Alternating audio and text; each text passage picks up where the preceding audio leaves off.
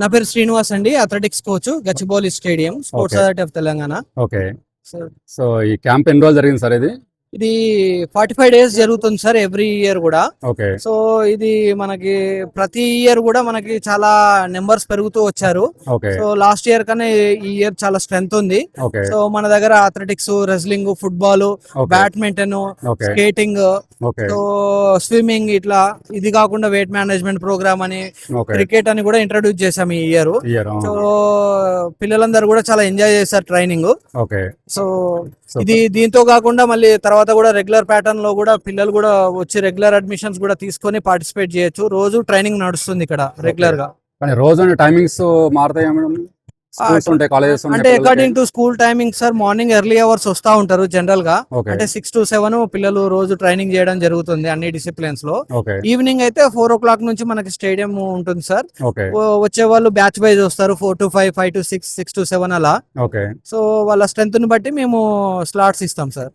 కానీ వన్ పెద్ద disadvantage, Sunday మొత్తం క్లోజ్ ఉంటుంది. సండే చాలా మంది ఇంట్రెస్టెడ్ గా ఉన్నారు వచ్చి కంటిన్యూ చేయడానికి, తర్వాత ప్రాక్టీస్ చేసుకోవడానికి కూడా. దానికి ఏమన్నా ఆల్టర్నేటివ్ వే చూస్తుంటారా ఏమన్నా ఎట్లా సార్? సో యాక్చువల్ గా చాలా మంది మమ్మల్ని అడుగుతూ ఉంటారు సార్, ఎందుకంటే ఎస్పెషల్లీ ఇక్కడ ఐటీ ప్రొఫెషనల్స్ ఎక్కువ.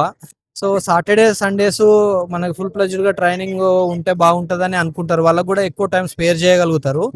కానీ ఇది మేము తీసుకునే డెసిషన్ కాదు సార్, అది మా ఏదైతే హైయర్ అథారిటీ ఉందో వాళ్ళకి మేము ఇన్ఫార్మ్ చేస్తాము. Okay. So if they are give positive response means we can ready to give, no problem okay sir.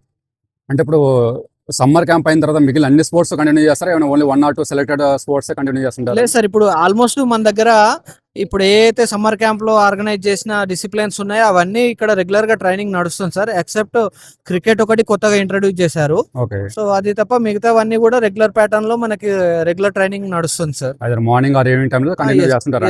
Continue చేస్తుంటాం సార్. సో అన్ని ఇచ్చి దానికి స్పెసిఫిక్ కోచ్ ఉన్నారా? Yes sir, certified coaches sir. Okay. ఇప్పటి వరకు కూడా చాలా మందికి తెలియదు, మన స్టేడియం లో కూడా మనం వెరీ నామినల్ ఫీజెస్ తోనే మనం ట్రైనింగ్ ఇస్తూ ఉంటాము. ఓకే. సో ఇక్కడ నుంచి మనకి సమ్మర్ క్యాంప్ లో కూడా పార్టిసిపెంట్స్ కి ప్రతిసారి కూడా టోర్నమెంట్ పెడతాము.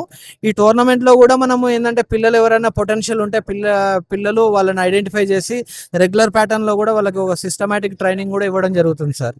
ఓకే సార్ అంటే ఇక్కడ ఏమైనా బెస్ట్ పర్ఫార్మ్ చేసిన వాళ్ళని ఏమైనా నెక్స్ట్ లెవెల్కి ఏమైనా మీరు ప్రమోట్ చేస్తుంటారా ఎట్లా? సార్ ఇప్పుడు వాళ్ళకి మనం ఏంటంటే ఇది సమ్మర్ లో యాక్చువల్ గా ఏంటంటే బిగినర్స్ ఎక్కువ మంది వస్తుంటారు. సో బిగినర్స్ కి బేసిక్ గా కావాల్సిన మోటార్ క్వాలిటీస్ డెవలప్ చేయడం జరుగుతుంది.